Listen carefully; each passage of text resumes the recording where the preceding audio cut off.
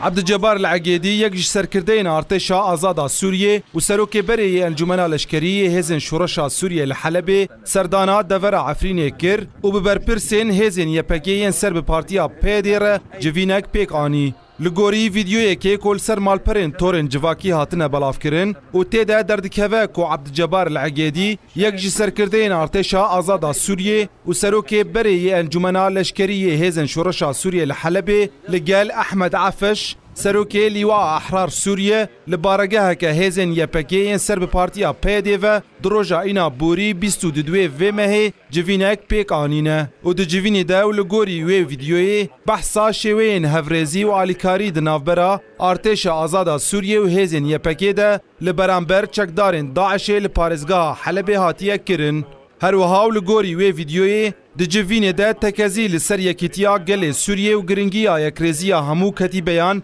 و بحثا شوین هفکاریه د نافبرا هر دو آلیان ده لبرانبر هزن رژیم سوریه هاتیه کرن. عبد الجبار العقیدی در روژا یکی ماه 8 یا سالا پارده دگرته ویدیو یکی ده و د دما جوینه که لگل هنک رهسپی و برپرسین ارتشا آزاد بشدار ببو گوتبو او شر یپکی بکه وان تو نبکه و اشکره کربو کو یپکی شر ارتش آزاد لگلک دورین سوریه دکه.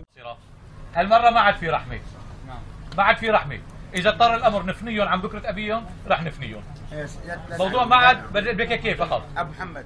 هر وها العقیدی ده هفدیتنه که تلویزیونی ده جبو تلویزیونه که سرب اپوزیسیونا سوریه بریا ساله که گوتبو ریخستنا دولت اسلامی لعراق و شام داعش نه تروریستن. تیزانین کو گلک ناکوکی دناف برا پارتیا پیده و چکدارین ارتش آزاد سوریه ده هبون کو پیده دو گوت ارتش آزاد دخوازن دست دینن سر روجاوای کردستانی و دست کفتین وان تیک بده و جبر وی کیجی چکدارین پیده گلک ولاتین روجاوای کردستانی به بهانه تکلیا وان با ارتش آزاد را گرتبون و به تایبتی لدورا عفرینی و جالی خواه ارتش آزاد پیده و چکدارن وی وکو هزکه جبو برگریا رژیم وصف دکرن. جوینین دنافبرا هر دو آلیان ده دو پرس تینه هولی. گلو پیده لدور عفرینه دست جی رژیم اسد ششتیه یانجی ارتش آزاد حزب مترسینا رخستنا داعش لسر خواه لپارزگاه حلب کریه.